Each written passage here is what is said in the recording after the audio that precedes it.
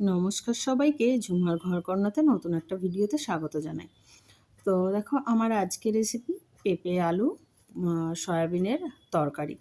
তো দেখো অনেক সময় বাচ্চারা পেঁপে খেতে চায় না, তো সয়াবিনটা হয়তো পছন্দ করে, তো এরকম করে রান্না করলে তারা তো বুঝতে পারবেও না আর খুব ভালোভাবেই খেয়ে নেবে। তো এটা কিন্তু তরকারি বলো, রুটি, পরোটা যে কোনো কিছুর সঙ্গে খেতে কিন্তু ভীষণ ভালো লাগে। তো দেখো এখানে আমি প্রথম নিয়ে নিয়েছি, সবজিগুলো কেটে নিয়েছি, আলু আর পেঁপে কেটে ধুয়ে নিয়েছি। আর এখানে দেখো আমি 1 বাটি সয়াবিন নিয়েছি। আর সয়াবিনগুলোকে কিন্তু আমি একটু উষ্ণ গরম জল করে ভিজিয়ে নেব। তো দেখো এই যে আমি সয়াবিনগুলো জলের মধ্যে দিয়ে 10 মিনিটের মতো ঢাকা দিয়ে রেখে দেব। তো একটু নাড়াচাড়া দিয়ে আমি 10 মিনিট ঢাকা দিয়ে রেখে দিচ্ছি। তো ততক্ষণে সয়াবিনগুলো নরম হয়ে যাবে।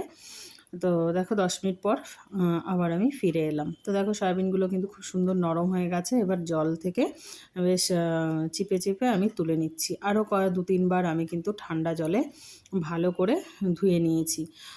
সয়াবিনটা ভালো করে না ধুলে এর ভেতরে যে একটা গন্ধ থাকে সয়াবিনের, সেই গন্ধটা কিন্তু থেকে যাবে। তো 2-3 বার এরকম জল দিয়ে, দিয়ে জল পাল্টে, পাল্টে কিন্তু আমি সয়াবিনগুলোকে দেখো ধুয়ে নিচ্ছি। তো যত ভালো করে ধোয়া হবে ততই কিন্তু সয়াবিনটা খেতেও ভালো লাগবে। তো আমার এই যে ধোয়া এখানে কমপ্লিট হয়ে গেছে। তো ধুয়ে আমি রেখে দিলাম। আর এবার আমি একটা মশলা তৈরি করব। তো এই যে দেখো আমি নিয়ে নিয়েছি 1 চামচের মতো গোটা জিরে, 4টে কাঁচা লঙ্কা, কাঁচা পাকা লঙ্কা আর আদা। তো এবার আমি সয়াবিনগুলো একটু তেল দিয়ে ভালো করে ভেজে নিচ্ছি। তো এখানে একটু নুন হলুদ দিয়ে দেব। দিয়ে একটু লাল, লাল করে ভেজে তুলে নামিয়ে নেব। একটু ভেজে নিলে কিন্তু তরকারিটা খেতে খুব টেস্ট হয়। আর এবার দেখো আবার ওই তেলে আমি দিয়ে দিলাম পেঁপে আর আলু। পেঁপে আলুও কিন্তু আবার আমি খুব ভালো করে ভেজে নেব। তো পেঁপে আলুর মধ্যেও একটু সামান্য পরিমাণ আমি নুন হলুদ অ্যাড করব। দিয়ে ঢাকা দিয়ে, দিয়ে কিন্তু আমি এগুলো ভেজে নেব। তো দেখো খুব সুন্দর করে কিন্তু আমি ভেজে তুলে নিয়েছি। আর ওই কড়াইতেই আবারও আমি একটু তেল দিলাম আর দিয়ে দিলাম শুকনো লঙ্কা, তেজপাতা আর গোটা জিরে। দিয়ে সামান্য একটু তার মধ্যে দিয়ে দিলাম চিনি আর দিয়ে দিলাম কিন্তু আমি এখানে মশলা বাটা, যেটা ওই আদা, জিরে আর লঙ্কা বাটাটা, সেটা কিন্তু আমি এখানে দিয়ে দিচ্ছি। আর দেখো দিয়ে দিলাম একটু টমেটো, কুচি করে রাখা টমেটো, সেটাও আমি কিন্তু এখানে দিয়ে দিচ্ছি। তো মশলাটাকে খুব ভালো করে একটু মিশিয়ে নিচ্ছি। নিয়ে এবার দিয়ে দিলাম পরিমাণ মতো নুন আর হলুদ। নুন হলুদ দিয়ে আবারও একটু মশলাটাকে আমি কিন্তু কষিয়ে নিচ্ছি। তো কষিয়ে নেওয়ার পর দেখো এখানে একটু সামান্য জল দিয়ে দিলাম যাতে পোড়া লেগে না যায়। আর এখানে জল দিয়ে দিয়ে মশলাটা কষালে কিন্তু খেতে ভীষণ ভালো হবে।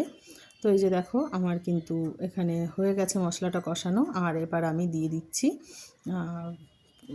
সয়াবিন, আলু আর পেঁপে। তো সব দিয়ে আবারও মশলার সঙ্গে খুব ভালো করে কিন্তু আমি মিশিয়ে নিয়েছি। আর এবার দেখো আমি দিয়ে দিচ্ছি পরিমাণ মতো গরম জল। আমি কিন্তু যে কোনো রান্না একটু গরম জলে করতেই ভালোবাসি, তাতে কালারটাও ভালো আসে আর খেতেও বেশি টেস্ট হয়। তো দেখো খুব বেশি আমি জল দিইনি, তো আমার পরিমাণ মতো আমি জল দিয়েছি। আর এই যে এবারে আমি একটু ঢাকা দিয়ে ঢেকে কিছুক্ষণের জন্য রান্না করে নেব। তো এই যে দেখো কয়েক মিনিট ঢাকা দিয়ে আমি কিন্তু রান্না করে নিয়েছি। আর এবার দেখো রান্নাটা কিন্তু প্রায় কমপ্লিট। তো এখানে দিয়ে দিচ্ছি আমি একটু ভাজা মশলা, আর হচ্ছে এখানে দিয়ে দিলাম একটু ধনেপাতা কুচি।